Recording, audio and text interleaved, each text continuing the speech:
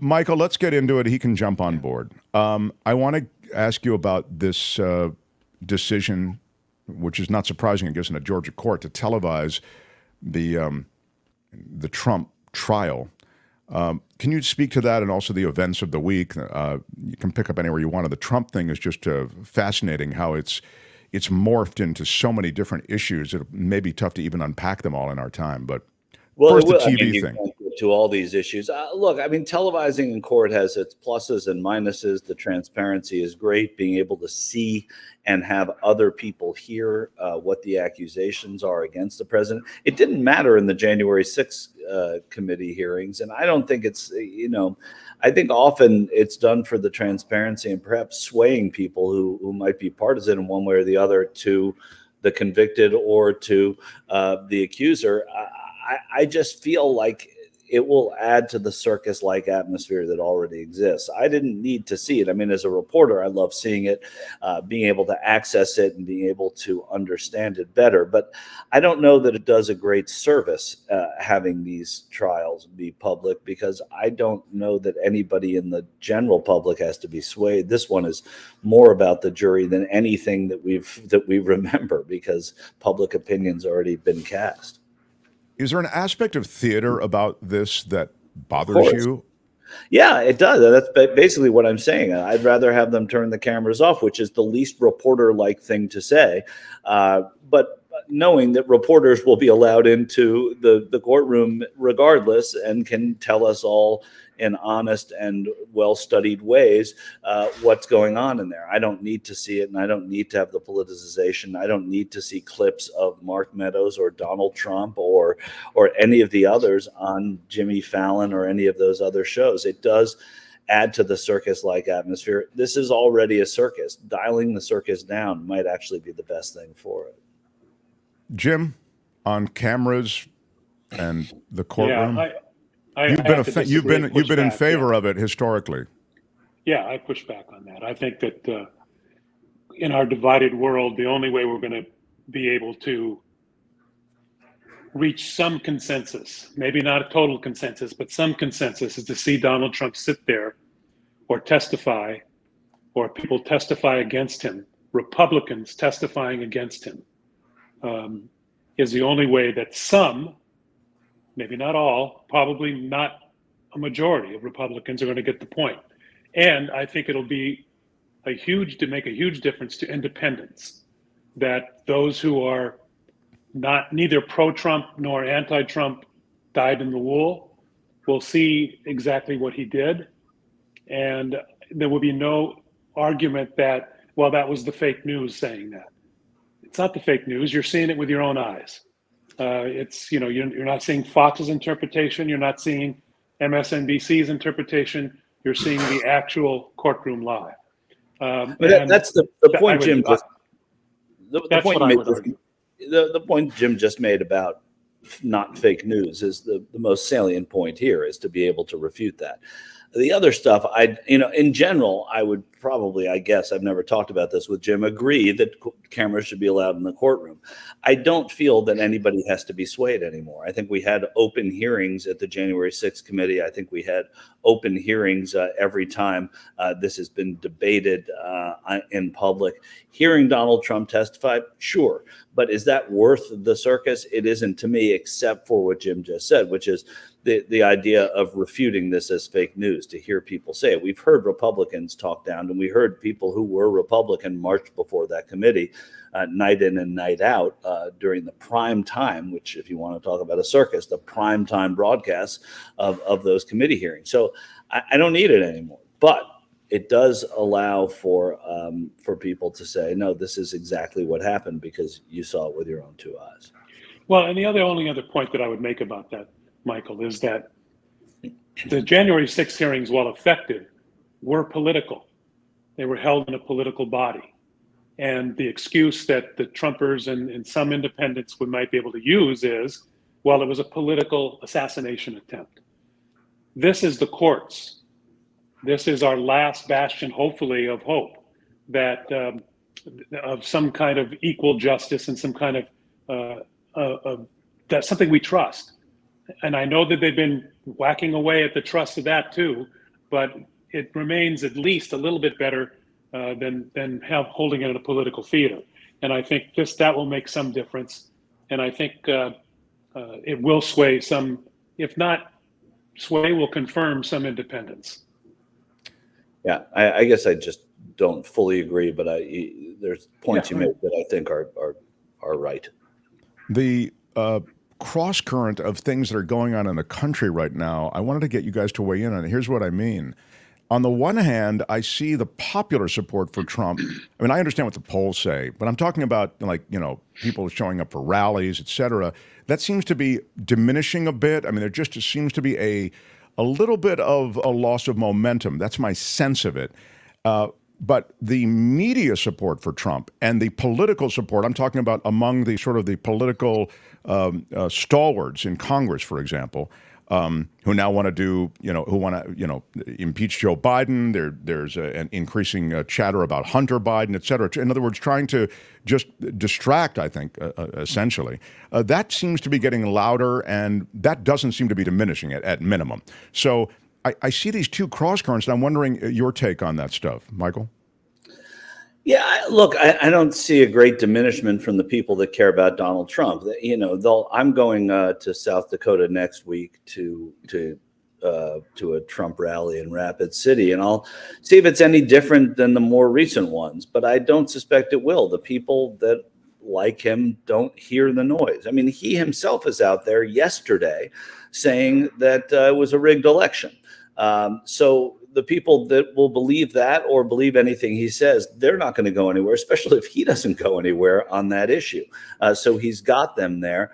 But you do have other Republicans out there, and it seems like there's some seriousness going on in the way the Republican Party is looking at their other options for the first time. I mean, we always said, why don't they turn elsewhere? Why don't they turn elsewhere? Well, an election year forces that upon them. And so now there are 8 people that are candidates on a debate stage, a handful more who didn't make that stage, and more yet, as we've talked about exhaustively in this space, that will run if he doesn't. So, there are options now. So there are places for these people to go, which didn't exist in an official way until now. So I think that changes it a little bit. I saw Eastman also, Jim, by the way, just if you can, I would just point on, those who have been denying the results of the election. I saw Eastman making strong comments about the fact that, there literally was still it was a fraud of an election, is what he was saying. I mean, he's more, and I understand he's been indicted and he's also trying, disbarred, et cetera, and he's trying to defend both of those things. But all I'm saying is that there's a full-throated sense of, the election was not legit. There's a lot of that still out there, and as I say, maybe even stronger than before in some corners. Well, in one corner, one corner of Trump supporters there are, but most of the candidates, even in the Republican Party, did say that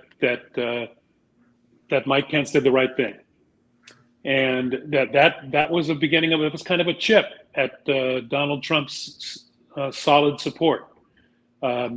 Now, they all raised their hand, except for a couple of them that say that they would support him if he won the primary. But so, that's not totally there with the candidates. And I think you're right, Michael, that in Congress, it's a little slow. But I think we're beginning to see stories, we're beginning to see reports of donors having second thoughts, looking for a place to put their money, looking for a place to find a winner. And they've kind of decided that DeSantis is not a winner, and neither is Trump. And they're looking around, and there was a big article in the New York Times today, I believe, or it was the Post, about Youngkin again, talking about and thinking about doing it and running, the Virginia governor. And that would, of course, please some donors. So I think it is beginning to chip away. You're starting to see some cracks. It's going to take a little bit longer. But I think, look, being indicted and then being indicted 4 separate times for how many crimes? 97, is it, or something like that? Counts of crimes? That doesn't do anybody any good. As much bravado as Donald Trump is trying to display, only among his 30% does that have traction? He's raised money off it, a lot of money. I mean, record numbers. But he's also running out of money. Yeah, no, it's true. I mean, his expenses have gone up, and his fundraising's gone up. He is hawking. He himself, a former president running for the United States presidency, is hawking T-shirts with his mugshot on them, and to good success. So there are people that are eating this stuff up. There are people who might be doing it for the novelty. But the point is, while he's running out of money, he's also finding ways to profit off of the bad things that are happening to him, which is, has no precedent. This is a guy who's hawked NFTs, those medallions with his family. I mean, there's really his stakes. Right. So, I mean, but remember, there's how many people voted last time? 180, 160 million people voted last time? 160 million, I think. Yeah. Let's see, it was roughly 60 and 60. 150 million. Yeah. 150 million people. So if you get a third of 150 million people, that's a lot of people to buy your T-shirts, but it's not enough to win an election. So he's going to make a lot of money off of these things. As a T-shirt mogul, you're saying he's going to do well. Yeah, but he's not as a presidential candidate. Okay. They are not equivalent. They do not equate. Okay, that is a really great point, because you can read, wow, he's record poll for Trump, but it doesn't necessarily equate. So let me ask both of you then, what will the field look like then? I mean, will there be a Youngkin, or will there be another add to this field beyond the 8 that we saw on that debate stage the other day? I mean, I feel like someone like Brian Kemp, who I've mentioned before, is definitely going to get into this race should Donald Trump be disqualified in any way, or should there just be no momentum behind anybody else. I think Kemp's got the money. He's hinted at it. He's talking about it. He's going up. He's doing the right things for a non-Trump Republican right now, going against Trump, sticking by his Secretary of State, telling his legislature, his Republican legislature in Georgia, not to go after Fani Willis and not to investigate her. All the things that appear bipartisan. Make no mistake, he is a devout conservative, and among the most conservative in America. And he also knows a bit about bad elections because of what happened when he was running against Stacey Abrams. But he is somebody who brings with him a lot of Republicans in a state. Let's face it, there are only a few states that matter. That's a state that matters a lot. So Brian Kemp, Jim, you mentioned Youngkin. Yeah, I think he'll be in. I think if Trump continues, his appeal continues to diminish and he becomes vulnerable, then I think we'll start seeing several other candidates. I think Sununu from New Hampshire might even get in at some point. So I think those three are my leading candidates of Republicans that would probably join in. I think that Nikki Haley remains viable. And then, of course, one of the real Trumpers will probably, the people who are more like Trump, might emerge stronger as well. I mean, one of those guys, either, I guess, DeSantis, but certainly Vivek, or, maybe even Pence, although he has no traction whatsoever. It's just, he is one of the worst candidates you'll ever see. He's so boring. You can't even, he just goes on and on and on. Yeah, he's not going to be the nominee. I mean, I think we all know he's not going to be the nominee. Yeah. Even if Trump drops out, it wouldn't be because because people sided with Pence in the Trump v. Pence war. It will be because of what Jim just said. There are people who are just not viable, who we know are not viable. But names like Youngkin and Kemp change the equation. But Jim's right. There's going to be somebody who is not a Trumper, or the Trumpers will see something in Glenn Youngkin that they can attach themselves to. Someone is asking about, I'm sorry, I can't really watch the chat while I'm talking to these guys, so maybe Albert, you can keep an eye on it if there are any questions that I wanted to integrate into our last couple of minutes with Jim and Michael. But somebody was saying, will some states refuse, here it is, they're asking about Gordon. Gordon asks this question, will some states refuse to put Trump on their ballot? I don't see that. Well, they tried that I think it was Florida. It was just overturned somebody tried it in Florida to take him off the ballot, and the judge ruled against it because they didn't have standing. it's a very difficult hurdle. Be wonderful, but a state you might want to watch here is here in California if they get a Secretary of State to do it. But what that's going to mean is a long court battle that'll go on in too long to really affect this election, in my opinion. Well, you remember too, they want to do it. It could become contagious. If one state does propose doing it, several other states will follow suit, unquestionably. But what Jim says is true. It'll take too long to get that done. It's interesting too, the 14th Amendment thing, which is really very much in the zeitgeist for the last couple of weeks. That would also lead to court cases, and you realize how unstable, in some sense, our election system is. It's state by state, right, Michael? I mean, that's why this is it's tricky. Just ask Mike Pence. It's state by state. Yeah, that's how we do it.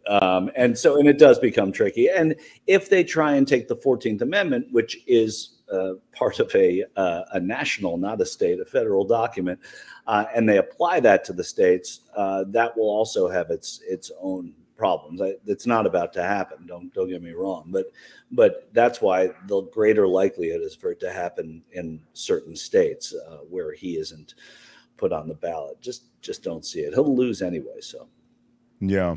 I mean, California had you're just making me think of these things that states have done. And our state, California, had the provision that no presidential candidate should be eligible to be on the ballot unless they release their taxes. Remember that? That was actually a ballot provision, I think, was voted on.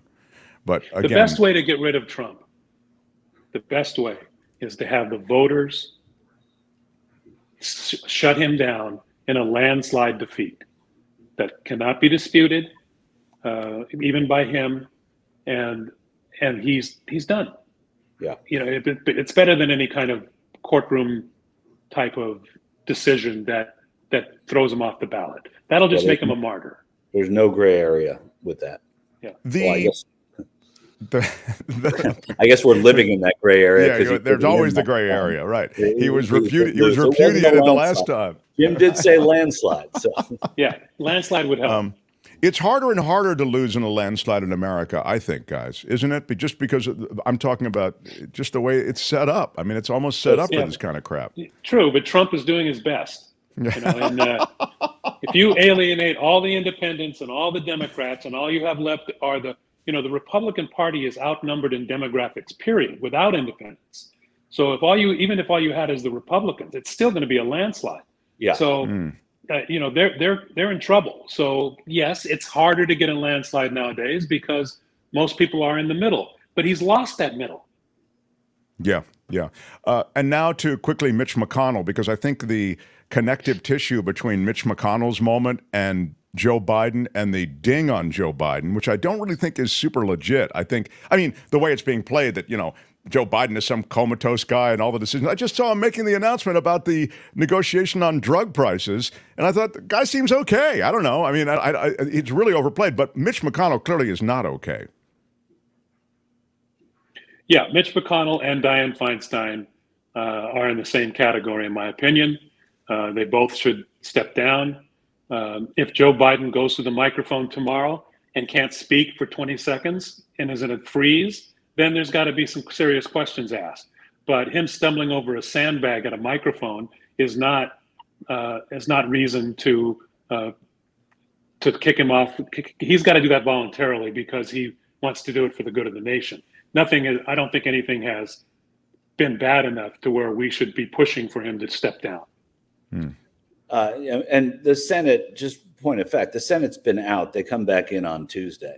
And so far, no Republicans have said that they want to have, a vote on removing him as speaker. They also can have a conference about it separate, so they can vote to have a conference. But they can't do that until they're all there. They're all in their districts now. So things may change a lot next week into how they look at this. They're walking on, on eggshells there a little bit because they have to, and they like Mitch, and he is their leader. But it takes a little while for these things to happen, and I think it starts happening next week. Last minute, I promise I'll end on something positive, but I do want to ask you about this. There's this sense, and again, it's driven by certain media, alternative media and the like, but I look at Karen says his Proud Boy, whatever Nazi group will go ballistic on everyone. Those guys carry, and it's dangerous. There's a sense of, this is a weird week because the Proud Boys were obviously taken down with a sentence that you can, dispute wasn't severe enough, but it's still pretty heavy. It's 17 years away or whatever. And then you also have this growing sense that there is a bunch of this paramilitary stuff out there, armed militias and groups that do represent a threat to the country, I think, in a greater way than we've ever seen before. So I wonder if you can sort that out, and how worried should we be about that through the election process? Jim? We have the tanks. We have the F-15s. They have AR-15s. And there are a very small amount of them. I didn't see any of them down in Atlanta, none in New York during his indictments. I think that these court hearings in D.C. that have put these people away for long terms is having some effect, making people think twice a little bit about being that violent. Will there be lone wolves? Yes, I believe there will have some issues that the FBI is going to have to take care of. But a mass insurrection, I don't see it. I don't see a civil war anymore. I think that danger is past. I agree. Look, this danger's always been here. In the early '90s, when Donald Trump was working his way out of a bankruptcy, they bombed a federal building in Oklahoma. There's always been, whether it's lone wolfy or not, there's always been this threat. It was enabled by this president, as so much was enabled by him.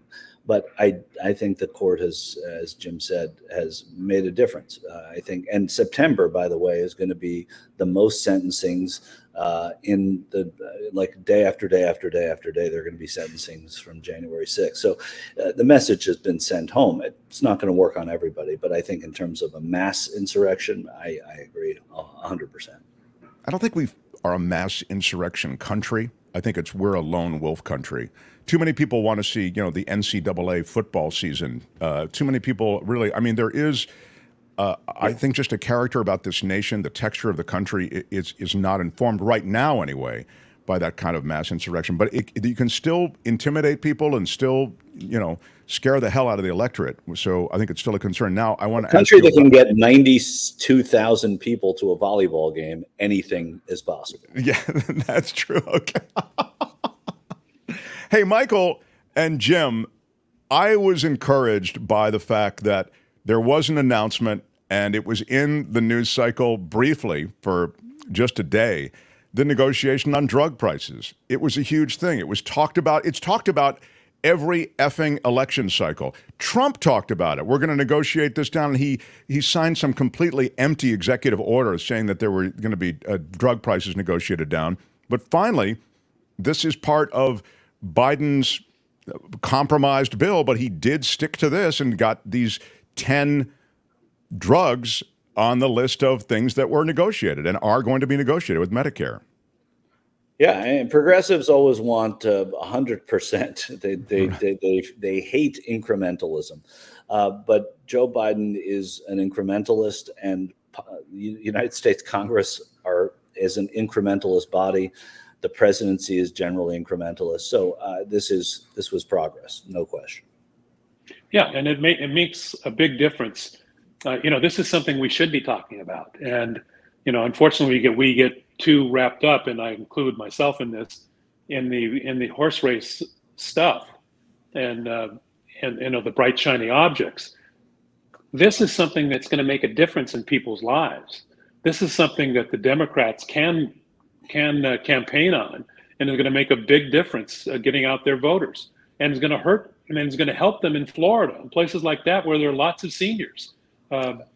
We've written off Florida, but if the Republicans come out against this and the Democrats are for it, that's going to carry some weight in some of those states. So and Arizona, which is important. a swing state. Yeah, Arizona's a swing state. So Yeah. Well, it's amazing to me. Place. It's amazing to me also, and I promise I know we're way late, but it's amazing to me also. I mean, really, it's extraordinary to me that Ron DeSantis is turning down $350 million worth of aid, of federal aid, to all those people whose homes were destroyed or had destruction of one sort or another as a result of this hurricane. He's turned it down, and that's just part of it. He's also turned down federal subsidies for a bunch of other stuff, alternative energy, solar, et cetera. And, like you could buy a new stove and they'll write you a check for that to reimburse you. You're essentially playing the politics of this without really caring about your constituency.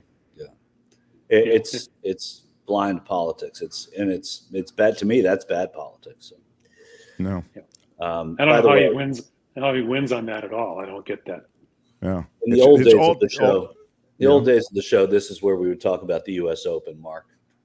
We don't have time, I know, but people should be watching. It's an amazing tournament this year, and it's some insane tennis, and they're doing it through the wafting marijuana smell that apparently is leaking into the various courts, which is the official smell of New York.